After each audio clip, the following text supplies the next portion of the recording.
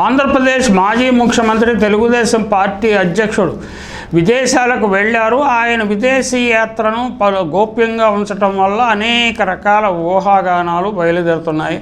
ఆయన దుబాయ్లో నుంచి అమెరికాకు వెళ్లకుండా ఇటలీకి వెళ్ళాడని రకరకాల వార్తలు వస్తున్నాయి. వార్తల్లో నిజానిజాలు ఏమిటో తెలియదు, కానీ ఆయన మొదటి నుంచి అనుమానాస్పదమైన కార్యకలాపాలు చేయటం వల్ల, అలాగే కేసుల్లో ఇరుక్కుని ఉండటం వల్ల, బెయిల్ మీద ఉండటం వల్ల ఇవన్నీ ఇది ఎలా సాధ్యమైంది, ఇవన్నీ దాటుకుని ఆయన ఎలా అమెరికా వెళ్ళాడు, లేకపోతే ఇటలీకి వెళ్ళాడు, ఎందుకు వెళ్ళాడు, ఇవన్నీ కూడా అంటే ఆరోగ్య కారణాలతో వెళ్ళాడా, లేకపోతే ఇంకేదైనా స్వప్రయోజనం కోసం వెళ్ళారా అన్నది ప్రజల్లో ఊహాగానాలు చెలరేగాయి. అది అలా ఉంచితే ఈ కొంచెం ఆసక్తికరమైన అంశాలు ఆయన గురించి మాట్లాడుకుందాము. అతను గెలిచాడు. 5 రూపాయలకు అన్నం పెడతా, లైన్లో నిలబడి తినివెళ్ళు, సంవత్సరంలో ఒకరోజు సరుకులు ఇస్తా, ఆ పూట పాయసం చేసుకో, నీకు రేషన్ కార్డు ఇస్తా, 1కి 10 సార్లు మా నాయకుల చుట్టూ తిరుగు, నీకు పెన్షన్ ఇస్తా, 1కి 10 సార్లు మా ఆఫీసుల చుట్టూ తిరుగు, దానిలో కొంత నాకివ్వు, నీ పిల్లలకు మంచి చదువులు కావాలా, విద్య నా బాధ్యత కాదు,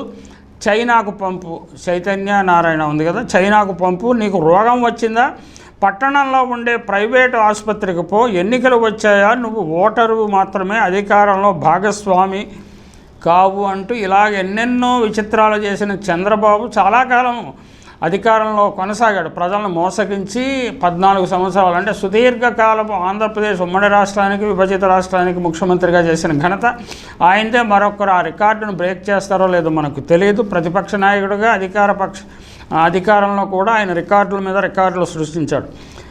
దశాబ్దాల తరబడి సమాజంలో అధిక సంఖ్యాకులు జీవన విధానాన్ని ఆయన అదే పద్ధతిలో, అంటే గానుగెద్దు పద్ధతిలో ఆయన వ్యవహారాలు నడిపించాడు.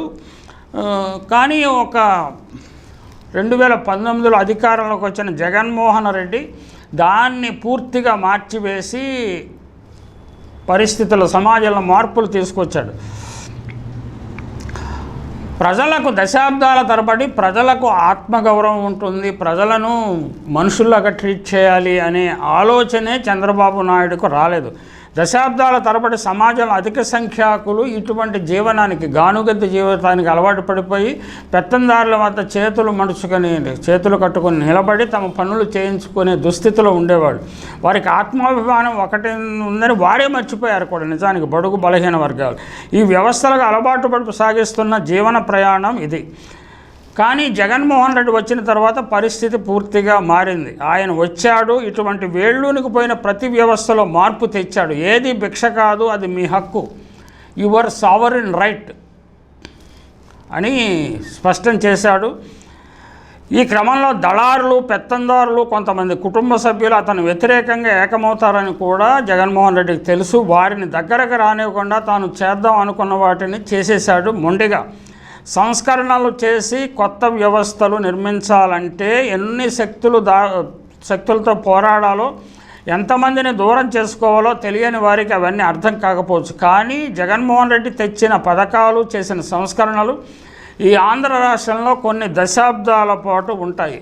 నిజానికి ఆయన తండ్రి రాజశేఖర రెడ్డి గారు చేసిన పథకాలు, అమలు చేసిన పథకాలను, మార్పులను తరువాత వచ్చిన ప్రభుత్వం ఏది మార్చలేకపోయింది. జగన్మోహన్ రెడ్డి చేసిన సంస్కరణలను, మార్పులను ఎవరు తర్వాత అధికారంలో వచ్చేవారు ఎవ్వరూ మార్చే అవకాశం లేదు. ఇతర రాష్ట్రాలు దీన్ని నమూనాగా తీసుకొని వీటిని ఫాలో అయ్యే అవకాశం మాత్రమే ఉన్నది. అందుకే అంటారు, అతను సామాన్యుల్ని గెలిపించాడు జగన్మోహన్ రెడ్డి. అతను గెలిచాడు, ప్రతిరోజును గెలుస్తూనే ఉంటాడు. ఎన్నికల్లో ఎవరు గెలుస్తారు